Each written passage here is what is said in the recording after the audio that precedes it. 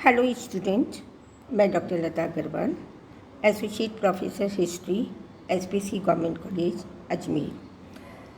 आज हम BA part third year paper 1 modern Indian history 1742-1956 unit 1 के Anglo Maratha relations first Anglo Maratha war 1772 to 17 मई 1782। इस दौरान जो संधि हुई थी, सालबाई की संधि के माध्यम से यह युद्ध समाप्त हुआ। बच्चों, हमने पढ़ा कि मराठा में मूलतः जो पेशवा का काल था 1713 से लेकर 1818 तक, उसमें दो सरदार महादजी सिंधिया और नाना फडणवीस की अहम भूमिका रही। महादजी सिंधिया कुशल सेनापति थे, तो उन्होंने युद्ध के माध्यम से अंग्रेज़ों को चुनौती दी और अंग्रेज़ों को के प्रभाव को दक्षिण भारत में कम करने का प्रयास किया।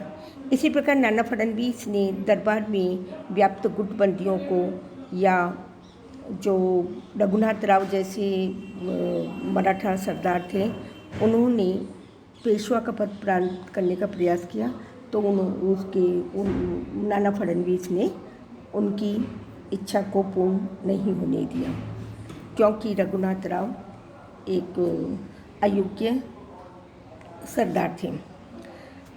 1740 में मराठा शक्ति 5 भागों में छोटी छोटी जागीरों को मिलाकर विभक्त हो गई, क्योंकि उनका साम्राज्य विस्तृत हो गया था। जैसे पुणे के पेशवा, ग्वालियर के सिंधिया, बड़ौदा के गायकवाड़, नागपुर के भोसले और इंदौर के होलकर। इन शक्ति के अलग अलग विभाजन होने के बाद में मराठा साम्राज्य धीरे धीरे विस्तार लेने लगा। दक्षिण, पश्चिम और उत्तरी भारत में उसकी प्रभुत्वता स्थापित होने लगी। परिणामतः इन पांचों में धीरे धीरे कटुता आने लगी, या वो अपनी सैन्य शक्ति के माध्यम से अपने साम्राज्य का विस्तार करने लगी। इसी प्रकार 1761 में पानीपत का तृतीय युद्ध हुआ, जिसमें सदाशिवराव भाऊ सेनापति के रूप में और विश्वास राव सेना के पेशवा के रूप में उन्होंने अफगान शासक अहमद शाह अब्दाली का सामना किया, परंतु पराजय का सामना करना पड़ा, जिसका फ़ायदा ब्रिटिश ईस्ट इंडिया कंपनी ने फूट डालो राज करो की नीति के अंतर्गत उठाने का प्रयास किया। मराठा सरदार या 1772 में माधवराव द्वितीय की मृत्यु हो जाने के बाद मराठा शक्ति में धीरे धीरे क्षीणता आने लगी, और उसके बाद उसके पुत्र नारायण राव को पेशवा बनाया गया, परंतु उनके चाचा रघुनाथ राव स्वयं पेशवा बनना चाहते थे। परिणामतः उन्होंने षड्यंत्र रचकर 30 अगस्त 1773 को नारायण राव का वध कर दिया।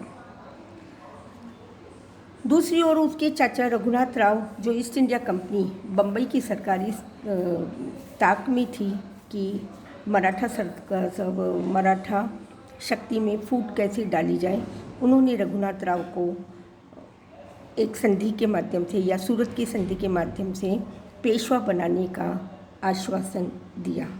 7 मार्च 1775 को बम्बई की सरकार ने रघुनाथ राव से एक संधि कर ली, और संधि के अंतर्गत मुख्य जो शर्तें रखी गई थी उसके अनुरूप यदि देखा जाए तो मराठा शक्ति, जिसने शिवाजी ने इतनी मेहनत से जिसको विस्तार दिया, जिसको संगठित किया, रघुनाथ राव ने ब्रिटिश सरकार को उसमें दखल अंदाजी करने के लिए मजबूर किया। सूरत की संधि, जिसके अंतर्गत रघुनाथ राव को ब्रिटिश ईस्ट इंडिया कंपनी या उसकी बम्बई सरकार पेशवा बना देगी, इसके बदले में रघुनाथ राव को ब्रिटिश ईस्ट इंडिया कंपनी को सालसेट, बम्बई तथा बम्बई के बसीन तथा बम्बई के निकटवर्ती क्षेत्र अंग्रेज़ों को सौंपने होंगे, जो कि बहुत ही महत्वपूर्ण व्यापारिक केंद्र थे। रघुनाथ राव सूरत तथा भड़ोच के जिलों की आय का कुछ भाग भी अंग्रेजों को देगा, क्योंकि ब्रिटिश सरकार का उद्देश्य यही था, यहाँ से धन कमाना, यहाँ की अर्थव्यवस्था को कमज़ोर करना और ब्रिटिश इंग्लैंड की अर्थव्यवस्था को मजबूत करना था व्यापार के माध्यम से। और उसकी ये नीति फूट डालो राज करो की नीति के अंतर्गत कार्य कर रही थी। रघुनाथ राव की सुरक्षा के लिए वो 2500 सैनिक अंग्रेज पूना में रखेंगे और उनके बदले में जो सैनिक रखे जाएंगे उनका निर्वहन, उनका खर्चा 6 लाख रुपए का रघुनाथ राव उठाएगा।